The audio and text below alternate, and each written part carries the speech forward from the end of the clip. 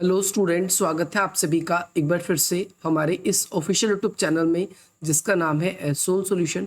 मैं चंदन कुमार हाजिर हूँ आप सभी के सामने अपनी एक और नई वीडियो के साथ। सो गाइस, आज की इस नई वीडियो में हम बात करेंगे उन सभी स्टूडेंट्स के लिए जो स्कूल ऑफ ओपन लर्निंग के स्टूडेंट्स हैं, या फिर वे सभी स्टूडेंट्स एनसी वेब के स्टूडेंट्स हैं, या फिर वे सभी स्टूडेंट्स दिल्ली यूनिवर्सिटी में किसी भी रेगुलर कॉलेज के स्टूडेंट्स हैं और उन सभी के पास में बीए प्रोग्राम का कोर्स है, पॉलिटिकल साइंस का सब्जेक्ट है, और उन सभी के पास में पॉलिटिकल साइंस में इंट्रोडक्शन टू पॉलिटिकल थ्योरी का सब्जेक्ट है। ध्यान रखना है आप सभी को, आप बीए प्रोग्राम के कोर्स के स्टूडेंट्स हो, फर्स्ट सेमेस्टर के स्टूडेंट्स हो, न्यूली एनरोल हुए स्टूडेंट्स हो, या फिर वे सभी बच्चे जो अपने किसी बैक के पेपर को देना चाहते हैं या जिन्होंने इम्प्रूवमेंट के लिए भी अप्लाई किया है, तो उन सभी के लिए आज की नई वीडियो इंपॉर्टेंट है। हम इंट्रोडक्शन टू पॉलिटिकल थ्योरी, अगर हिंदी में बात करें राजनीतिक सिद्धांत का परिचय, इस क्वेश्चन पेपर को हम डिस्कस करेंगे, जो कि आप सभी के दिल्ली यूनिवर्सिटी की ओर से ही कंडक्ट किया गया पेपर है। आप देख सकते हो यहाँ पर दिल्ली यूनिवर्सिटी की यहाँ पर स्टैम्प भी हैगी। और ये जो क्वेश्चन पेपर है इसके अंदर टोटल नंबर ऑफ क्वेश्चंस की बात करें तो 8 क्वेश्चन है, जो पहली बारी आप सभी बच्चे पेपर देने जा रहे हैं। आप सभी को पता नहीं दिल्ली यूनिवर्सिटी का सोल का पेपर कैसा आता है, तो यहाँ पर ये पूरा का पूरा दिल्ली यूनिवर्सिटी के द्वारा लिया गया ही पेपर है, और ये सोल के बच्चों के लिए, एनसी वेब के बच्चों के लिए, सभी के लिए रेलेवेंट रहने वाला है। अगर हम टाइम ड्यूरेशन की बात करें तो 3 घंटे का पेपर होता है, 75 मार्क्स का पेपर होगा, क्योंकि अब आप सभी के इंटरनल असेसमेंट जो है वो भी होते हैं, तो प्रैक्टिकल के मार्क्स भी लगेंगे। सबसे पहले टॉप पे आप सभी को ध्यान रखना है, जैसे ही क्वेश्चन पेपर आपको मिलेगा इमीडिएटली यहाँ पर आप सभी को अपना जो भी आपके एडमिट कार्ड पर एग्जामिनेशन रोल नंबर होगा उसको सबसे पहले फिल करना है।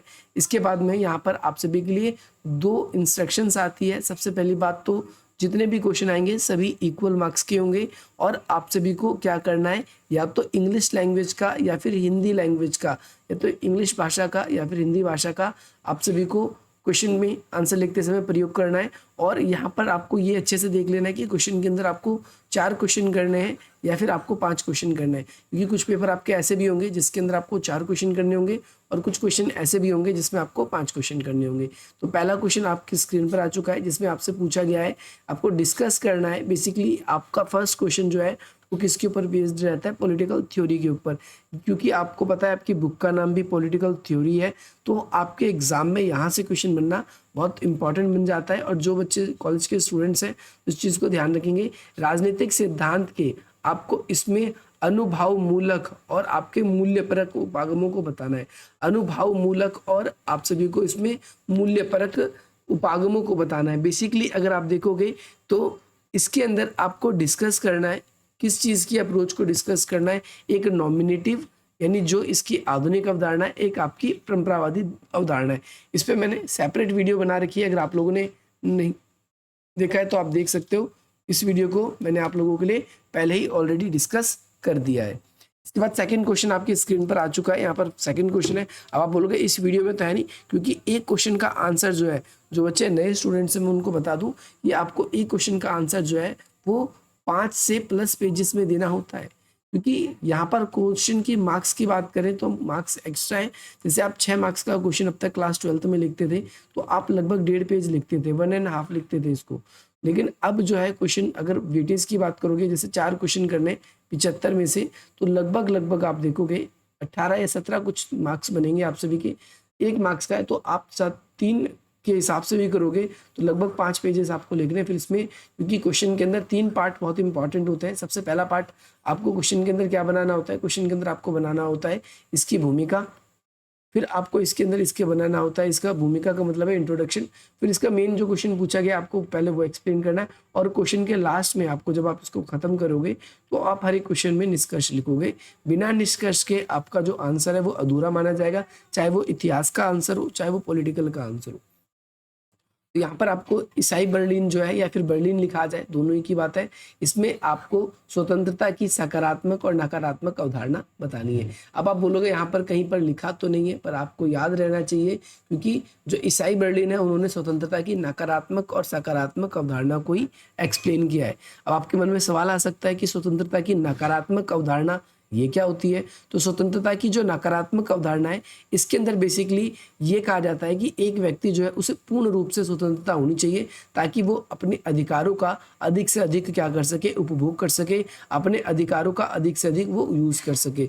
तो यहाँ पर हम इस वाले क्वेश्चन के अंदर हम ये देखते हैं कि भाई ईसाई बर्लिन ने नकारात्मक स्वतंत्रता के अंदर व्यक्ति को पूर्ण आज़ाद करने की बात करी है। वहीं जब हम सकारात्मक स्वतंत्रता की बात करते हैं तो इसमें इन्होंने प्रतिबंध भी कहा है स्वतंत्रता के साथ, ताकि एक व्यक्ति दूसरे की स्वतंत्रता का अतिक्रमण ना कर सके। इसको भी मैंने बिल्कुल डिटेल से 7 से अधिक पेजेस के अंदर मैंने आप सभी के लिए डिस्कस किया है। अगर आप लोगों ने वो वीडियो नहीं देखी है तो आप उस वीडियो को ज़रूर देखें। क्वेश्चन नंबर 3 है, अगर आप लोगों को प्लेलिस्ट ना मिली हो तो आप कमेंट करके मुझे बता सकते हो, आपके लिए उसका लिंक भी डिस्क्रिप्शन बॉक्स में दिया गया है। क्वेश्चन नंबर 3 है, इसमें आपसे पूछा गया है जॉन रॉल्स की जस्टिस की यानी न्याय के सिद्धांत को आपको बताना है। अब जॉन रॉल्स बहुत फेमस विचारक है और इसमें इनके या तो आपसे न्याय का सिंपली सिद्धांत पूछा जाएगा या फिर आपसे बोला जाएगा वितरणात्मक न्याय का सिद्धांत का वर्णन कीजिए, या फिर आपसे बोला जाएगा जॉन रॉल्स के, है ना, या जॉन रॉल लिखा जाएगा, जॉन रॉयल्स के नकारात्मक स्वतंत्रता का जो सिद्धांत है इसके बारे में आपको वर्णन करना होगा। तो आप सभी इस चीज़ को बिल्कुल अच्छे तरीके से समझेंगे। जॉन रॉल्स का जो नकारात्मक स्वतंत्रता का सिद्धांत है इसके अंदर आपको यही पूरा अच्छे तरीके से एक्सप्लेन करना होगा। आई होप आपको ये भी क्लियर होगा।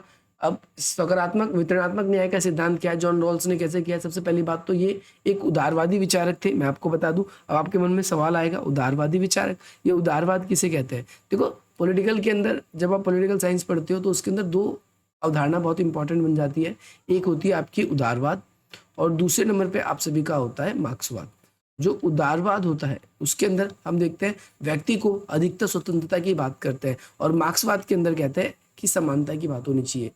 भाई उदारवाद का कहना है कि राज्य जैसी संस्था होनी चाहिए, क्योंकि राज्य समाज के अंदर सामंजस्य बनाती है, लोगों के अधिकारों की सुरक्षा करती है, लोग अपने अधिक से अधिक स्वतंत्रता का उपयोग कर पाते हैं। उदारवाद कहता है स्वतंत्रता होनी चाहिए, लेकिन जो मार्क्सवादी लोग हैं उनका कहना है कि नहीं, स्वतंत्रता जो है वो व्यक्ति को होनी तो चाहिए, लेकिन व्यक्ति अगर हम देखें केवल व्यक्ति को स्वतंत्र छोड़ दे तो समाज में बहुत सारे ऐसे चतुर लोग हैं जो क्या करते हैं, समाज में अधिकारों को अपने हिसाब से यूज़ करते हैं और बहुत ज़्यादा डेवलपमेंट कर जाते हैं, और इसके बाद में वो मालिक बन जाते हैं और कुछ गरीब लोग रह जाते हैं, और वो अमीर लोग जो होते हैं वो गरीबों का क्या करते हैं, शोषण करते हैं।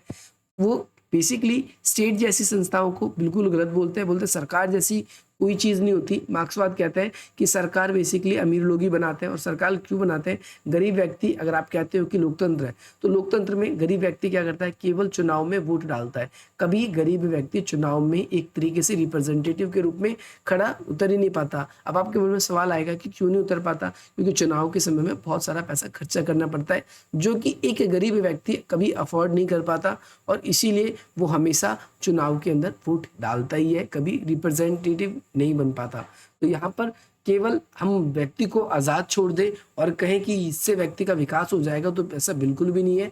व्यक्तियों के बीच में जब तक इकोनॉमिक रूप से इक्वालिटी नहीं आएगी तो व्यक्ति तभी भी हम डिस्क्रिमिनेशन, भेदभाव, ये सारी चीज़ें जरूर हम इसके अंदर देखेंगे।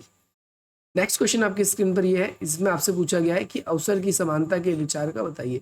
अवसर की समानता क्या होती है? जिसमें आपको एक जैसे व्यक्ति को एक जैसे काम करने के लिए समान अवसर मिले। जैसे हम प्राचीन काल में देखेंगे तो व्यक्तियों को शिक्षा का अधिकार नहीं था, महिलाएं ऐसी थी जिन्हें पर्दा प्रथा या घूंघट में रहना पड़ता था, जिन्हें समाज में बराबरी का दर्जा नहीं मिलता था, उन्हें प्रॉपर्टी में राइट नहीं था, संपत्ति में बिल्कुल अधिकार नहीं था। इवन अगर हम 20वीं शताब्दी से पहले की बात करें तो महिलाओं को, जैसे आज के ज़माने में वोट डालने का, पुरुषों की वोट की कीमत और महिलाओं की वोट की कीमत एक बराबर है, लेकिन पहले महिलाओं को वोट देने का अधिकार भी नहीं था। सबसे पहले यूरोप महाद्वीप पे महिलाओं को वोटिंग राइट्स मिले।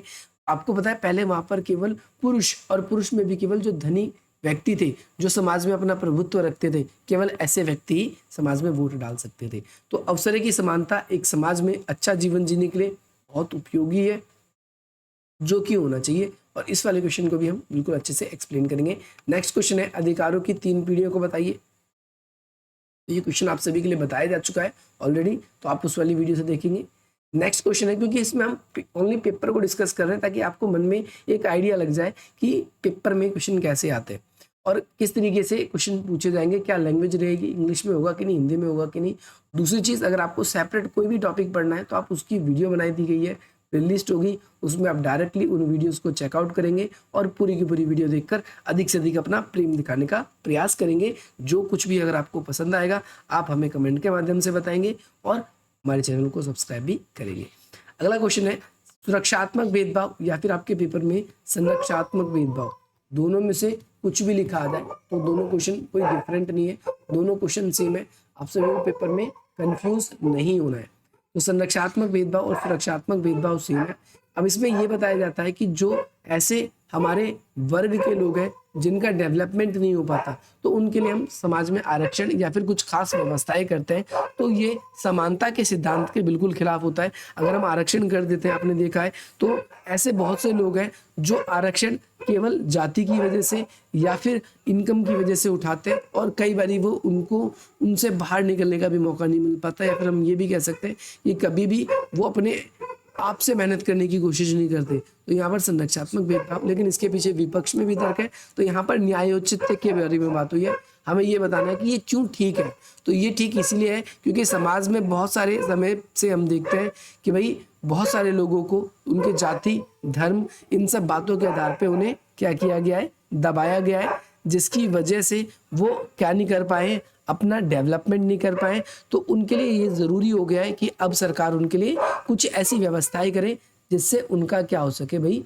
जैसे उनका क्या हो सके, विकास हो सके। तो आपको ध्यान रखना है। ये क्वेश्चन नंबर 7 है। इस क्वेश्चन नंबर 7 में आपसे पूछा गया है कि भाई नारीवादी सिद्धांत, जो राजनीतिक सिद्धांत है उसमें राजनीति की में व्यक्तिगत है, यानी अगर हम नारीवादी की बात करें, व्यक्तिगत का मतलब है केवल नारीवाद में ऐसे लोग ही शामिल हैं जो केवल महिलाओं को पुरुषों के समान अधिकार दिलाने की बात करते हैं। महिलाओं को पुरुषों के बराबर सिर्फ अधिकार दिलाने से क्या महिलाएं अपनी भूमिका निभा पाएंगी? मेरा क्वेश्चन आप सभी से ये है, क्या महिलाओं को आज हमने पुरुषों के समान वोटिंग राइट दे रखा है? हमने कहा है कि भाई अगर महिलाएं योग्यता रखती है तो चुनाव में भी वो खड़ी हो सकती है, लेकिन क्या केवल इतना करने से महिलाएं अपनी स्थिति को सुधार पाएंगी? क्या महिलाओं की स्थिति आगे बढ़ेगी? तो इसका बहुत बड़ा आंसर हमारे सामने निकल के आता है, नहीं।